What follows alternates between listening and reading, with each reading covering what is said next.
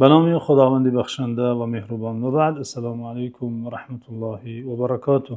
بینندگان عزیز و ارجمند، میدونم مشتاق گفته های گوهربار فرستاده خدا صلی الله علیه و سلم گشته اید.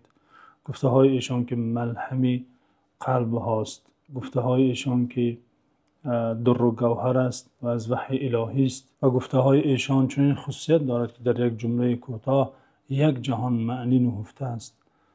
خود ایشان گفتن اعطیت جوامع الکلم، خداوند عزوجل برای من جوامع الکلم عطا کرده است، یعنی قدرت بر افاده معنای خیلی وسیع در جمله های کوتاه، در چند کلمه به شمار جا نمودن یک جهان از معانی، یک جهان از در و گوهر. پس بیایید این لحظه یکی از این جوامع الکلم را، یکی از این جمله های گوهربار را با گوش دل شنویم. امام بخاری و امام مسلم روایت کردند که پیامبر صلی الله علیه و سلم فرمودند من لا یرحم الناس لا یرحمه الله، یعنی فرمودند هر آن کس که به مردم رحم ندارد خدا او را رحم نمی کند. یعنی دین اسلام را می توان دین رحمت نامید. و ما ارسلناک الا رحمت للعالمین.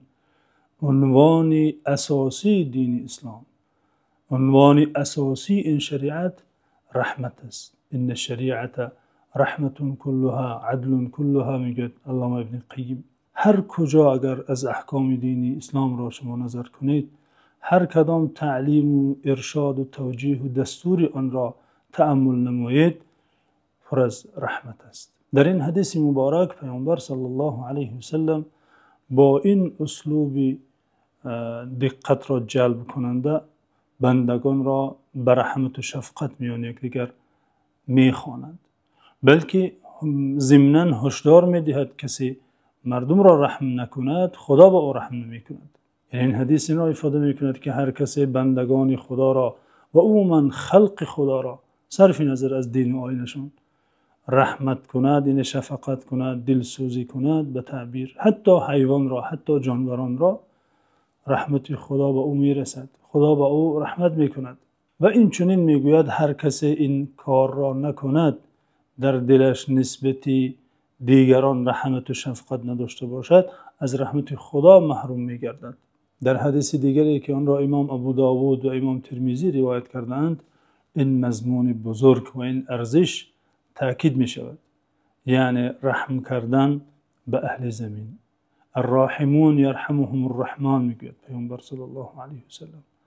کسانی که رحم دلند، کسانی که مشفقند به دیگران، خدا آنها را رحمت میکند، خدا نسبت آنان مهربانی میکند. ارحموا من فی الارض یرحمکم من فی السماء، گفتن در ادامه حدیث. کسانی را که در روی زمینند شما رحمت کنید، شفقت کنید، مهربانی کنید، اون ذاتی که در آسمان است نسبت شما رحمت میکند، نسبت شما مهربان میشود. مهربانی خدا را و مهربانی خلق میتوان به دست آورد. الجزاء من جنس العمل. هر کسی شفقت کند، رحمت کند، نکویی کند، خلق خدا را خیر رساند، خیر الهی به او میرسد. و عکس این گفتن نیز درست است. هر کسی نسبت خلق خدا سنگ دل است، درشتی میکند، از رحمت خدا محروم میگردد. ان رحمت الله قریب من المحسنین، میگوید قرآن. رحمت خدا به محسنون، به نکوکاران نزدیک است. نکوکاران کسانی هستند که رحمت خدا را نائل میگردند. رحمت و شفقت دو نوع است بینندگان عزیز. نوع غریزی و طبیعی که خداوند از لطفش به بنده دل رحیم بخشیده، طبیعتی مشفق دارد، دلش میسوزد. ببینیم این روزها اهل غزه در چه حالتند. بعضی بندگان مؤمن که خداوند آنها را دل نرم عطا کرده حتی میگریند. صحنه های حزن‌انگیز، گرسنگی و آوارگی و این کشتار و این مصیبت های اهل غزه را دیده تحمل نمی کنند و دلشان از بس که سرشار از رحمت است، از شفقت است، میگریند، دلشان میسوزد به تعبیر. این رحمت غریزی و فطری است که بعضی بنده ها را خداوند عطا می کند و این نشانه خیر است و این دلیل عنایت خدا، دلیل لطف خدا بر این بنده است که دل رحیمش بخشیده. نیز رحمتی مکتسب است، دلسوزی کسبی که انسان میتواند به جهد و تلاش، به ریاضت نفس، به تربیه نفس، به تزکیه نفس این صفت را کسب کند و دلش را از سختی و درشتی و از سنگدلی خود را رهاند. چون در دل بنده رحمت باشد، شفقت باشد، در اعضای او آثار آن را، نتیجه های آن را، ثمره آن را دیده می شود. ببینیم که به دستش به آن هر ضعیفی که در اطراف اوست خیری می رساند. نسبت مردمان سخن نرم دارد، نسبت کسان خیرخواه است و تمنای نیکی می کند. برعکس اگر انسان دلش درشت باشد، سنگ دل باشد، به مردم هیچ خیری نمی خواهد، بلکه در آرزوی شر و بدی بر آنهاست که این دلیل خسارت و هلاکت است. یکی از اعرابیان روز در حضور جناب پیامبر صلی الله علیه و سلم مهمان شدن، حضور داشتند. دیدند که پیامبر صلی الله علیه و سلم و بعضی صحابگان طفلان خود را نوازش میکنند، بوسه میکنند.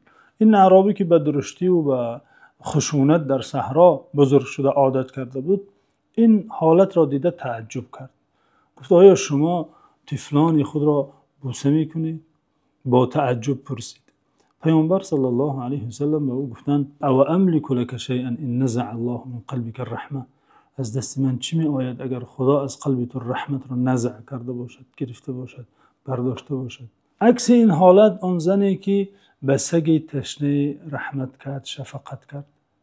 آن زنی که زنی عادی نه، زن الباغیه در حدیث آمده، زنی سبکپا که در این معصیت غرق شده بود و این راه را عادت کرده بود. چون دید سگ از تشنگی نزدیک است که بمیرد، چاه فرآمده، دلش سوخت، رحمت کرد، شفقت کرد نسبت این جانور، از چاه آب برآورده به این سگ داد و خدا او را مغفرت کرد. رحمت به دیگران، به هر کسی صرف نظر از دین و آیینش، حتی به حیوان، آنگونه که در این حدیثی صحیح آمده، به مسلمانان البته بیشتر که حقوق بیشتر دارند، سبب نائل گشتن بنده رحمت خدا را میگردد.